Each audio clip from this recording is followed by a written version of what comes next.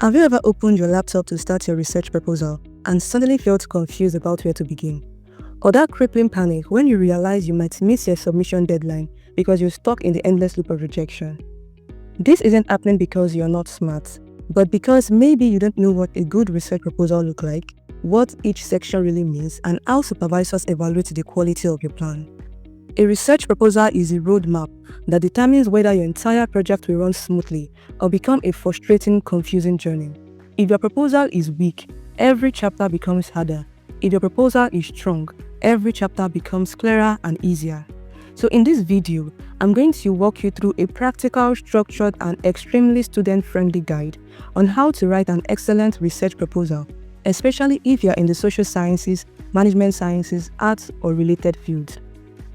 And by the time we get to the end, you will not only understand what to write, you will know exactly how to organize your ideas, how to structure each section, and how to impress your supervisor with a proposal that is clear, coherent, and academically sound.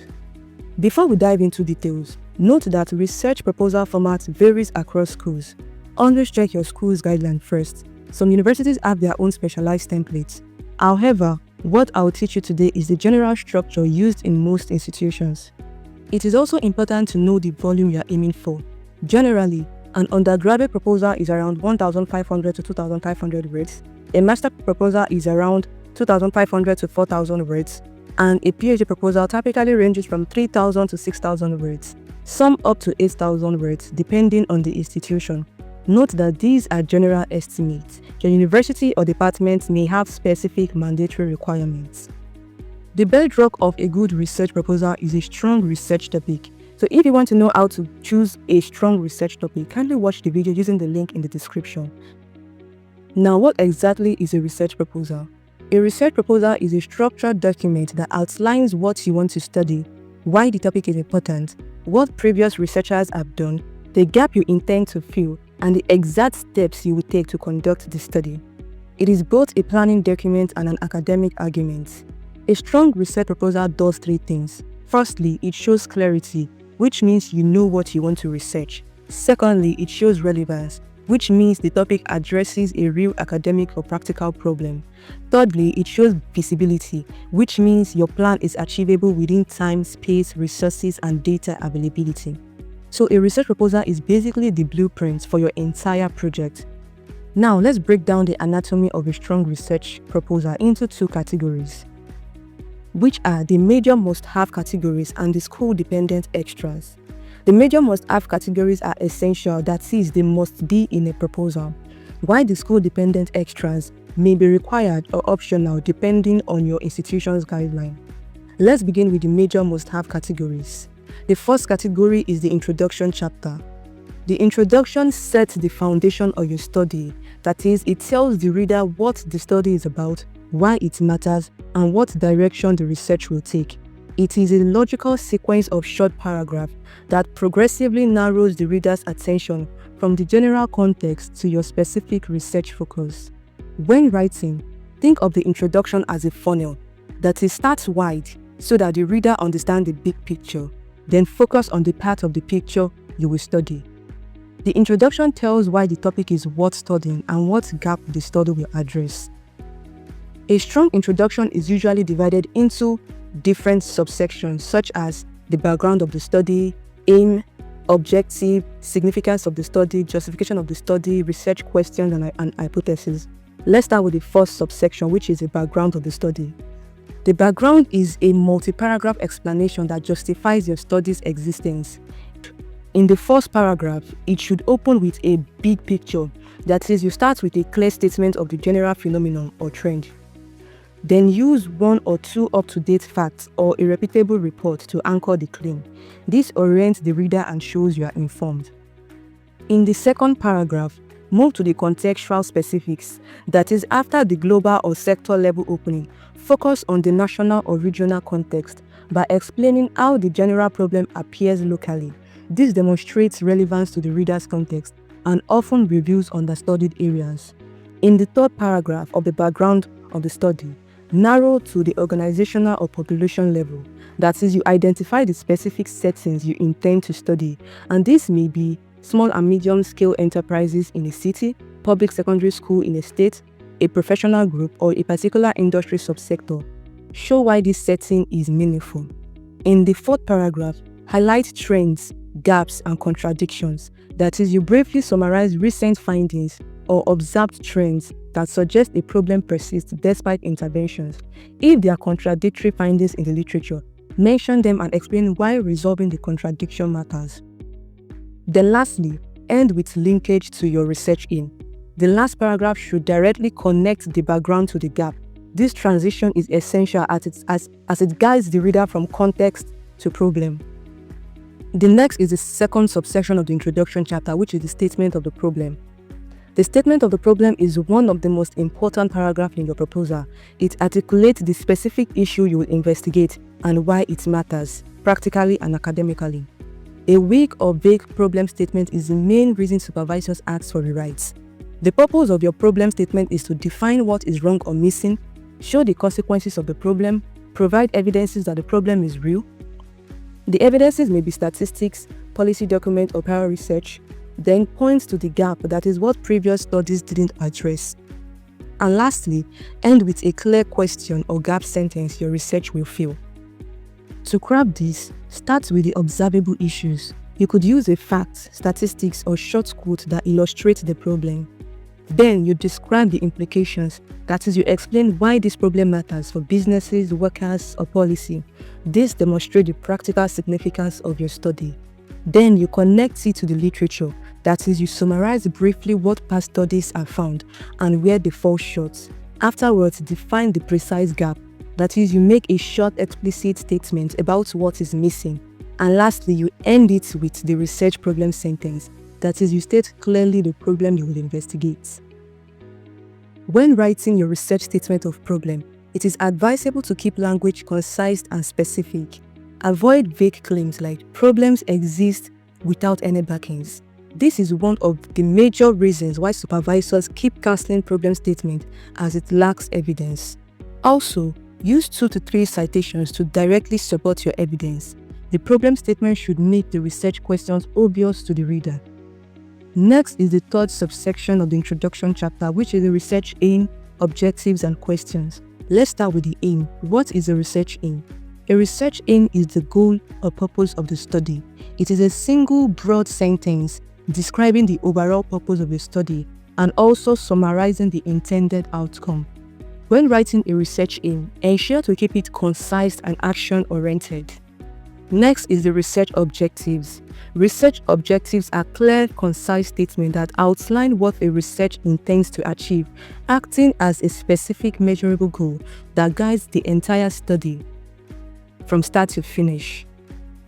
A good research objective should be specific, clear, achievable, and measurable. To do this, break the aim into 3 to 5 specific measurable steps. Ensure each objective should be an action and must also align directly to your methods. Next is the research questions. A research question is a clear, focused, and specific inquiry that serves as foundation for a research project, guiding the entire investigation from start to finish. To do this, translate objectives into interrogative form. Use a simple focused questions that can be answered empirically. For quantitative design, consider adding hypotheses where appropriate. Also, ensure alignment by making sure each objective has a corresponding research questions and avoid compound objectives that lump several actions together. The next subsection of the introduction chapter is the justification or significance of the study. This section explains why your study matters and for whom. It persuades the reader that the study will contribute value academically, practically, and socially. So think of it as a short sales pitch grounded in evidence. So what are the components we include in the justification or significance of the study? 1. Academic significance, which means how the study contributes to existing literature. 2. Practical significance, which means how managers, practitioners, or organizations will benefit from it. 3. Policy relevance, which means how the research could inform governmental or institutional policy. 4. Methodological contribution, if applicable. Now let's move to the next category, which is the literature review chapter. The literature review demonstrates that you understand existing knowledge and can position your study within that conversation. This chapter typically has 4 parts, which are the conceptual review, theoretical framework, empirical review, and research gap. Each of these parts serves a distinct role. The conceptual review defines key terms and constructs. The theoretical framework situates your variable within a theory. The empirical review synthesizes what previous studies found, while the research gap identifies what remains unanswered. When writing, use recent peer-reviewed sources and prioritize high-quality journals, official reports, and relevant theses. Critically evaluate the methods, findings, and limitations rather than merely summarizing them. Let's start with the first subsection of the literature review, which is the conceptual review. The conceptual review clarifies the core concepts you will use in the study. It is about how scholars define and operationalize this concept in empirical research. The things to include in your conceptual review involves, firstly, precise definitions. That is, provide academic definitions for each major concept and note different scholars' interpretation when relevant. Secondly, operational meanings. That is, you explain how these concepts are measured in research. Thirdly, relationships among concepts. That is, you briefly explain theoretical links. Then, lastly, conceptual models or diagram where useful. Next is the second subsection of the literature review, which is the theoretical framework. The theoretical framework provides the lenses through which you interpret relationship between variables. It explains why you expect certain relationship based on established theory. To write this, select one or two relevant theories. Don't overload, just choose theories that logically explain your variables. Then explain each theory in a brief and clearly expressed manner. Also, provide the core assumptions and mechanism. Then link theory to your variables, that is, you show how the theory predicts the relationships in your study. And lastly, you explain why the theory fits your context and study design. Next is the empirical review. The empirical review is basically the findings from previous empirical studies related to your topic. It is a critical synthesis that extracts patterns, contradictions, methodological limitations, and areas needing further investigations. To structure this, you could start by organizing them by themes or variables. This thematic approach is clearer than chronological listing. Then, for each theme, summarize key findings, that is, you state what most studies found. Then, identify methodological patterns and gaps. Note, if most studies use cross-sectional surveys, focus on large firms, or use small samples, this observation helps justify your choices and show where your study adds value. Then, highlight contradictions, that is, if some studies found no relationship or reverse effect, discuss possible reasons for it. And lastly, use the conclusion to gap move. After synthesizing, state what remains unknown. The last subsection in the literature review is the research gap. This is the heart of your proposal. The research gap is the explicit statement of what previous literature did not address and why that gap matters. It is the intellectual space your study will occupy. How do you identify a research gap? Firstly, look for future research items in conclusion of reviews and empirical papers. Authors often state limitations in those sections. Secondly, compare context. For instance, if most studies are in developed countries or in large organizations, that is a contextual gap. Thirdly, methodological gap. For instance, if peer research is mostly quantitative, cross-sectional, then a mixed method may fill a gap. Then lastly, variable gap, and this could be a missing mediator, moderator, or neglected dependent variable. On to the next category, which is the research methodology chapter. The methodology chapter explains how you will answer your research questions. It must be coherent, justified, and replicable. To do this, start with a short overview paragraph explaining your overall approach, which could be quantitative, qualitative, or mixed method, and why it fits your research questions. Then proceed to detailed subsections such as the research design, population, sampling techniques and size, instruments, data collection procedures, data analysis techniques, and ethical consideration. For each subsection, explain what it is, why you choose it, and how you implement it. Let's start with the research design, which is the plan or blueprint that outlines how you will conduct your study to answer your research questions. The research design determines the overall structure, whether the study will describe phenomena, test relationships, compare groups, explore reasons, or provide an in-depth account of a case. To write this, start with stating the design. Then explain how the design helps answer the research questions. And lastly, explain the limitations and mitigation. The next subsection in the methodology chapter is the population, sampling techniques, and sample size. Let's start with the population. Population is the entire group you intend to study. For example, it could be employees in selected banks in Lagos State. Also, ensure to give numbers if available. Next is the sampling techniques, which is the method you use to select participants from the population. There are different sampling techniques to use. You could use the simple random sampling, stratified sampling, purposive sampling, convenience sampling, or snowball sampling.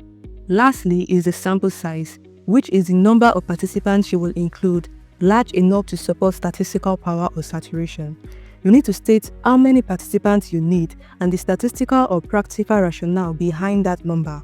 For instance, you might aim for 200 respondents to meet the statistical requirement for your analysis method. Note that the sampling and sample size choices align with analytical method. For instance, if you are planning multiple regression with several predictors, a larger sample is necessary to avoid overlifting. The next subsection under the research methodology is data collection instruments and methods. This subsection explains what instruments you will use, why each is appropriate, how you will design them, and how you will administer them. The first step to do this is to describe each instrument type. Now, there are different types of research instruments that you can use, and this includes 1. Questionnaires or structured surveys. Questionnaires or structured surveys are standardized items, Likert scales, closed-end, and some open-ended questions. These are efficient for large samples, suitable for measuring attitude, perceptions, and self-reported behaviors. 2. Interviews. Interviews allows depth and exploration of meanings. They are useful to complement survey data and understand context, experiences, and processes. 3. We have the document analysis. Now, this is the use of organizational reports, policy documents, or archived records to triangulate findings. 4 is observation, and these are direct observation of practices or workplace behaviors, and they are useful in anthropological or organizational studies. The second step is the administration methods, and there are different methods of administration, which include 1. Online surveys. These online surveys are efficient and cost-effective, but requires good internet access among participants. You could use Google Forms, Qualtrics, or Qualtrics alternatives and ensure data security. Very important. 2 is paper survey.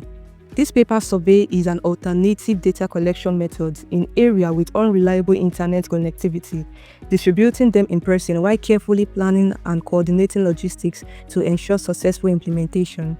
3. We have telephone or in-person interview. That is, you conduct interviews either by telephone or in person, scheduling them at the convenience of the participant and obtaining their consent prior to the interview.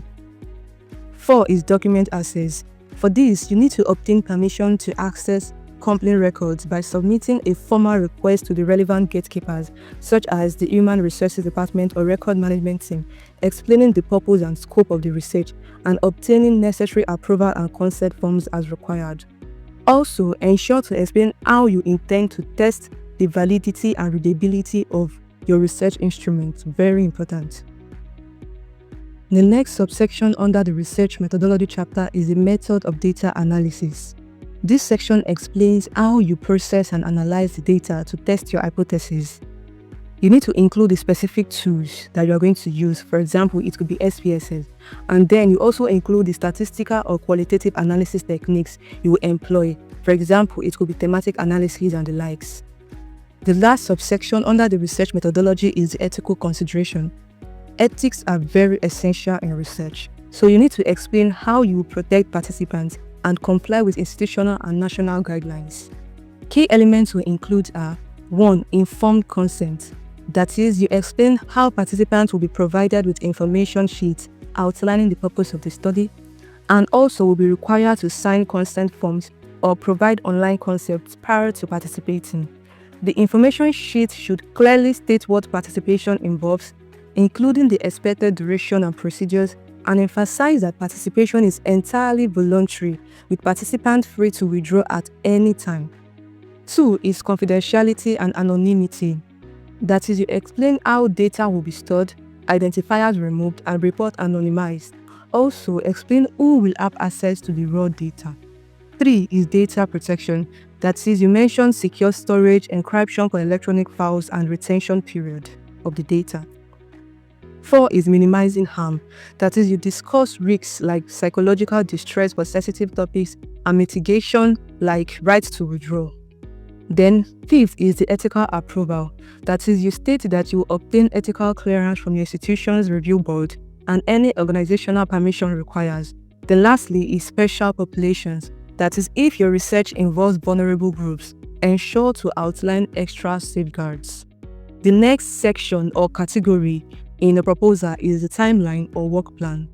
A timeline demonstrates project management ability. To write this, use a simple Gantt chart or table. Then break activities into key stages such as proposal writing, instrument design, pilot test, ethical approval, data collection, data analysis, write-up, and so on. Then for each stage, give realistic weeks or months. Also include contingency time for delays. Supervisors value realistic timelines that shows awareness of potential bottlenecks. The last subsection in a research proposal is the references, which is a complete list of all sources cited in the proposal, following the required format, which could be APA, Harvard, MLA, and the likes. Let's quickly run through the optional sections, which are only included if your school requires them. First is the abstract, which is a concise summary of the proposal, which includes the aim, method, significance, and expected outcome in a summary. Second is the definition of terms, which is the operational definition of technical terms or concepts used specifically in your study. Then third is the expected result or contribution to knowledge, which is a short statement about likely findings and how they will add value. Ensure to be cautious in this aspect and don't overpromise. Fourth is risk assessment, which is a list of potential problems such as access, delays, funding, and ways to mitigate them. Fifth is budget, which is a financial plan listing all anticipated costs for the project. And lastly is the bibliography, which is an optional section that lists sources that were consulted or are relevant to the research but not necessarily cited in the text. Now that you've understand what the research proposal looks like, I would love to hear from you. Which parts of the proposal gives you the most difficulty? Is it the introduction, literature review, or methodology? Please drop your answer in the comment section so I can create videos that address the exact areas you need help with. And please follow Messy Research for more practical tips to make your research journey easier. And I'll see you in the next video. Thanks for watching.